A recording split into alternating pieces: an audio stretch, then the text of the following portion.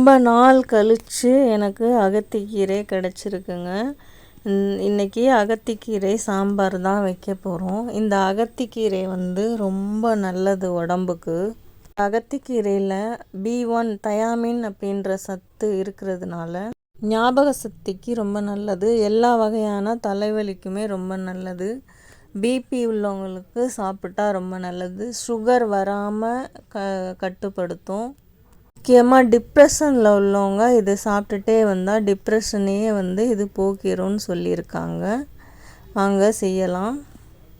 முதல்ல நான் 1 கப்பு துவரம்பருப்பு எடுத்து நல்லா ஊற வச்சுட்டு கொஞ்சம் நேரம் அதை கழுவி எடுத்துக்கிட்டேன்.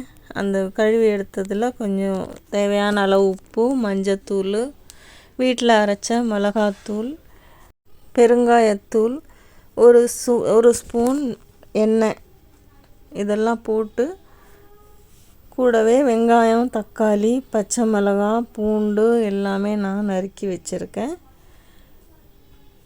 எல்லாத்தையுமே அதெல்லாம் ஆட் பண்ணி நம்ம பருப்பை வேக வச்சுக்கலாம். நீங்கள் நம்மளோட சேனல் சப்ஸ்கிரைப் பண்ணலைன்னா சப்ஸ்கிரைப் பண்ணிக்கோங்க, லைக் பண்ணுங்கள், ஷேர் பண்ணுங்கள். பருப்பு நல்லா வெந்துருச்சு. இப்போ வெந்து இருக்க இந்த பருப்பில் நம்ம கீரையை ஃபுல்லாக ஒரு கீரையாக உருவி வச்சுருக்கேன். அதை நல்லா அலசிட்டு இந்த பருப்பில் நம்ம சேர்த்து கொதிக்க விட போகிறோம். நல்லா கொதித்து வரையில் புளி கரைச்சி ஊற்றணும். இந்த பக்கம் ஒரு பேன் வச்சு அதில் கடுகு, உளுத்தம்பருப்பு, கொஞ்சம் சீரகம், வரமிளகாய், கருவேப்பிலை, பூண்டு எல்லாம் போட்டு தாளித்து அந்த தாளிப்பை நம்ம அதில் சேர்த்துக்க போகிறோம்.